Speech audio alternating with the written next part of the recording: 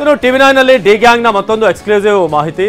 ದರ್ಶನ್ ವಿರುದ್ಧ A13 ದೀಪಕ್ ಬಾಯ್ಬಿಟ್ಟ ಸ್ಫೋಟಕ ಸತ್ಯ. ದರ್ಶನ್ ಹಲ್ಲೆ ಬಳಿಕವೇ ಹಾರಿ ಹೋಯಿತು ರೇಣುಕಾ ಪ್ರಾಣ. ಮರ್ಮಾಂಗಕ್ಕೆ ಹಲ್ಲೆ ಮಾಡಿದ್ರಿಂದ ರೇಣುಕಾ ಸ್ವಾಮಿ ಸಾವನ್ನಪ್ಪಿದ್ದಾನೆ ಅಂತ ದೀಪಕ್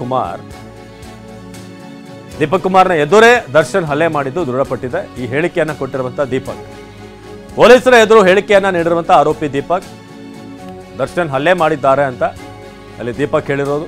ದೀಪಕ್ನನ್ನ ಅಪ್ರೂವರ್ ಆಗಿ ಮಾಡಿಕೊಳ್ಳಲು ನಿರ್ಧಾರ. ಇನ್ನೊಂದು ವಿಚಾರ ಏನಂತಂದ್ರೆ, ದೀಪಕ್ ಇಲ್ಲಿ ಆ ಗುಂಪಿನಲ್ಲೇ ಹಲ್ಲೆ ಮಾಡದಿರುವಂತಹ ವ್ಯಕ್ತಿ ಅನ್ನೋದು ಕೂಡ ಅಲ್ಲಿ ಗೊತ್ತಾಗ್ತಾ ಇದೆ. CRPC ಸೆಕ್ಷನ್ 164 ಅಡಿಯಲ್ಲಿ ಜಡ್ಜ್ ಮುಂದೆ ಹೇಳಿಕೆಗೆ ಸಿದ್ಧತೆ. ದೀಪಕ್ ಕುಮಾರ್ ಹೇಳಿಕೆಯಿಂದ ದರ್ಶನ್ಗೆ ಸಂಕಷ್ಟ ಎದುರಾಗುವಂಥ ಸಾಧ್ಯತೆ. ಇವರೆಲ್ಲ ಬಹಳ ಕ್ಲೋಸ್ ಸರ್ಕಲ್ನಲ್ಲಿ ಇರುವಂಥವ್ರು ದೀಪಕ್ ಎಲ್ಲ.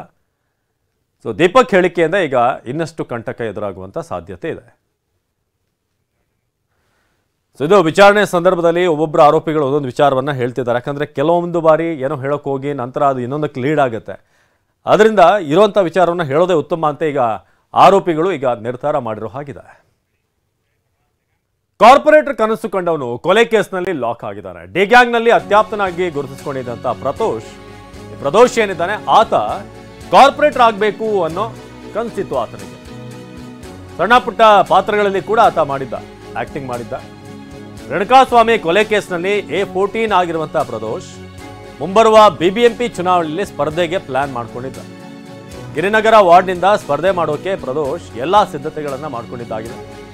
ಡಿ ಗ್ಯಾಂಗ್ ಜೊತೆಗೂಡಿ ಕೊಲೆ ಕೇಸ್ನಲ್ಲಿ ಭಾಗಿ ಹಿನ್ನೆಲೆ ಈಗ ಅರೆಸ್ಟ್ ಆಗಿರುವಂತಹ ಪ್ರದೋಷ್ ಕಾರ್ಪೊರೇಟರ್ ಆಗಬೇಕು ಅನ್ನೋ ಪ್ರಯತ್ನ. ರೇಣುಕಾಸ್ವಾಮಿ ಹಲ್ಲೆ ಮಾಡಿ ಕೊಲೆಗಿದಂತ ಆರೋಪದಲ್ಲಿ ಈಗ ಲಾಕ್ ಆಗಿದೆ. ಈ ದರ್ಶನ್ ಜೊತೆ ಇದ್ದಂಥ ಒಂದಷ್ಟು ಮಂದಿ ಬೇರೆ ಬೇರೆ ರೀತಿಯಾದಂಥ ಒಂದಷ್ಟು ಪ್ಲ್ಯಾನ್ ಇತ್ತು ಅವ್ರದ್ದು. ಬರೀ ಸುಮ್ಮನೆ ಓಡಾಡ್ಕೊಂಡಿರಲಿಲ್ಲ. ದರ್ಶನ್ ಜೊತೆಗೆ ಕಾರ್ಪೊರೇಟರ್ ಆಗಬೇಕು, ರಾಜಕೀಯದಲ್ಲಿ ಸೆಟ್ಲ್ ಆಗಬೇಕು, ಇಂಥ ಹಲವಾರು ಕಾರಣಗಳು. ಕಾರ್ಪೊರೇಟರ್ ಕನಸು ಕಂಡವರು ಕೊಲೆ ಕೇಸ್ನಲ್ಲಿ ಈಗ ಲಾಕ್ ಆಗಿರೋದು. ಸದ್ಯಕ್ಕೆ ಈ ಪ್ರದೋಷ್ ಈ ಕೇಸ್ನಲ್ಲಿ A14 ಆಗಿರೋದು.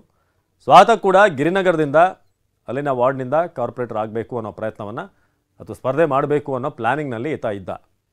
ಒಂದಷ್ಟು ಸಿನಿಮಾಗಳಲ್ಲೂ ಕೂಡ ಈತ ಜೊತೆಯಲ್ಲಿ ನಡೆಸಿದ್ದಾನೆ.